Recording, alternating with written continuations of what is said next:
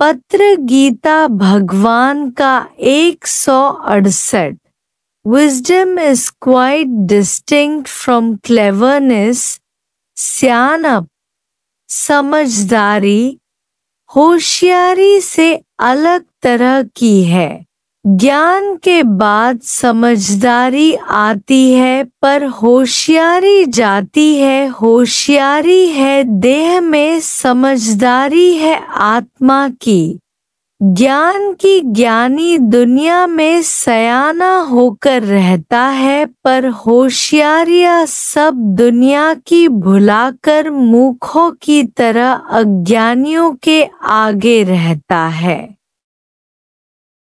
गुरु नानक ने 13 करके दुकान लुटाकर हलवे खाए। हट खुटाए हलवा खादा डॉट।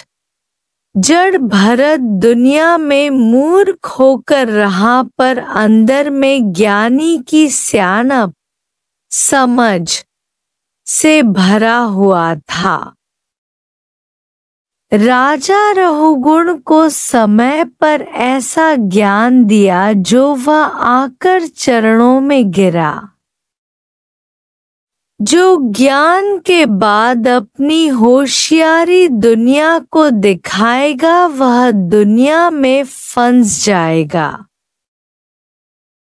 ज्ञानी अपनी देह की होशियारी गंवाने के लिए सारी दुनिया को गुरु समझकर अपने को कुछ भी नहीं समझता है। अपना अहंकार गंवाने के लिए जगत से हराकर अपनी बदनामी कराता है। एक बच्चे के आगे भी झुक सकता है।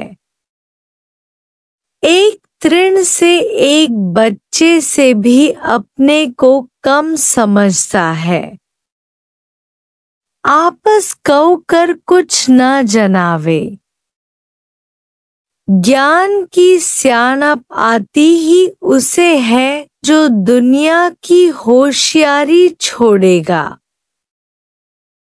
बाकी ज्ञानी को तो ज्ञान की भी होशियारी छोड़नी है कि मैं ज्ञान जानता हूँ। मैं अच्छा लेक्चर करना जानता हूँ। कोई भी अज्ञानी नहीं है जिसे मैं ज्ञान सुनाऊं। मैं नहीं ज्ञानी हूँ, नहीं अज्ञानी हूँ, पर हम प्रेम में रहते हैं। अब तो प्रेम ही प्रेम रह गया है। हूँ ही मैं, यह दृष्टि ज्ञानी की रहती है। वह मौन में है, अगला जब खोलता है, श्रद्धा रखकर पूछता है, वह बछड़े की तरह दूध निकाल कर जाता है। यानी ज्ञान गुरु से श्रद्धा वाला निकाल कर जाता है, जिसका खुद गुरु को भी पता नहीं चलता कि मैंने किसी को भी ज्ञान दिया है। अब सियाना वह है जिसने प्रेम की खोजना करके सर्व को अपने से मिलाकर एक कर दिया है। अब ज्ञानी सियाना नहीं है जितना प्रेमी सियाना है। ज्ञानी तो दुनिया में बहुत है, पर ब्रह्मज्ञानी तत्वदर्शी जो सर्व अपना आप समझता है, वह ही परम सियाना है। रमण महर्षि ने कहा है कि ऐसा कभी भी नहीं कहो कि मुझे आत्मा समझ में नहीं आती है, मेरे से अधिक भूल होती है, मैं कब मुक्त होऊंगा। ये बकवास नहीं करो, पर गुरु वाक्य सत्यम करके एकदम निश्चय करो। जब हम मन से बैठकर पूछते हैं तो कहेगा तू कम है, आत्मा से गिराने वाला ये मन है जिस रंडी के बेटे रनपुट से सलाह करते हो, पर मन की बात भी नहीं सुनो। हमेशा इसकी ओर पीठ और गुरु की ओर मुंह होना चाहिए। जज ने कहा तुम पापी नहीं हो, तुम खुद आजाद मुक्त हो। ये निश्चय न करके जाकर मन के पीछे पड़ते हो कि मैं मन को मारती हूँ, तो मन तुमको मार कर जाएगा।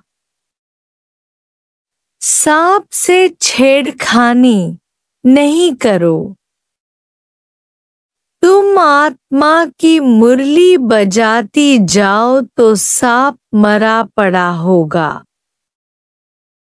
जहरीले दांत निकाल दो।